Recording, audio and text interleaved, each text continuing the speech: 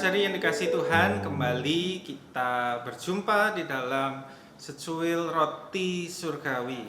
Pagi hari ini, saat ini kita mau bersama merenungkan firman Tuhan dari Ayub 16 ayatnya yang ke-19 sampai 21. Ayub 16 ayatnya yang ke-19 sampai 21.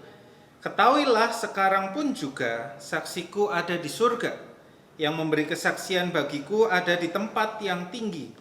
Sekalipun aku dicemoohkan oleh sahabat-sahabatku, namun ke arah Allah mataku menengadah sambil menangis, supaya ia memutuskan perkara antara manusia dengan Allah dan antara manusia dengan sesamanya. Saudaraku yang dikasihi Tuhan, di dalam hidup kita sering memiliki konflik relasional, entah di dalam keluarga atau di dalam pertemanan atau dalam rekan kerja, masyarakat, atau bahkan konflik relasi kita dengan Allah. Mungkin kita merasa terluka, merasa tersakiti, bahkan merasa diperlakukan tidak adil di dalam perkara-perkara tersebut, sehingga kita merasakan konflik yang berat di dalam hati kita. Nah, saudara, Ayub pun merasakan demikian. Di tengah-tengah problem hidupnya, saat itu dia kehilangan segala sesuatunya, teman-temannya hadir untuk menghibur dirinya. Tetapi bagi Ayub kemudian kehadiran teman-temannya ternyata justru menjadi sebuah konflik. Dikatakan kalau saudara-saudara mau melihat di ayatnya yang kedua, dia menyebut teman-temannya sebagai penghibur sialan. Artinya dia kemudian marah dengan kehadiran teman-temannya. Kenapa? Karena mereka bukannya menghibur, tetapi justru kemudian mereka menyalah-nyalahkan Ayub. Mereka justru menambahi beban pikiran Ayub dengan berkata, "Oh, kamu pasti salah. Kamu pasti berbuat dosa." Dan di situ Ayub pun juga ada sisi-sisi kemarahan kepada Tuhan. Karena Tuhan, kenapa engkau diam saja? Nah, saudara, di dalam konteks demikian, maka sangat menarik kalau kita melihat bagaimana Ayub kemudian tidak menjadi orang yang berpikir untuk membalas dendam sendiri, atau main hakim sendiri, atau justru melangkah sendirian. Kita melihat Ayub memilih untuk membawa persoalannya, perkaranya ini kepada Tuhan. Menarik ya, padahal dia juga ada marah dengan Tuhannya, tetapi memilih membawa itu kepada Tuhan. Ada satu alasan yang diungkapkan Ayub, karena Ayub percaya Allah adalah saksi hidupnya.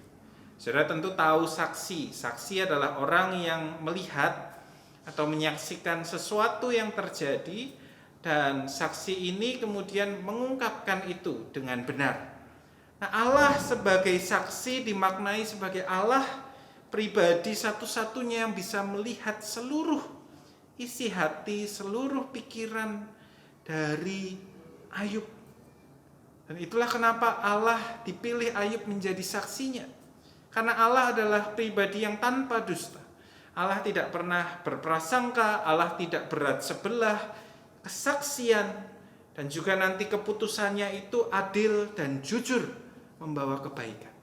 Itu yang membuat Ayub kemudian memilih bersandar kepada apa yang menjadi kesaksian dan keputusan Allah. Sekalipun dia marah kepada Allah, sekalipun dia merasa kecewa dengan Allah, tapi dia percaya Allah akan memutuskan yang terbaik. Allah akan memilih yang terbaik bagi dirinya. Nah, saudara-saudara, kalau kita menjadi orang-orang yang sedang punya masalah, bisakah kita seperti Ayub?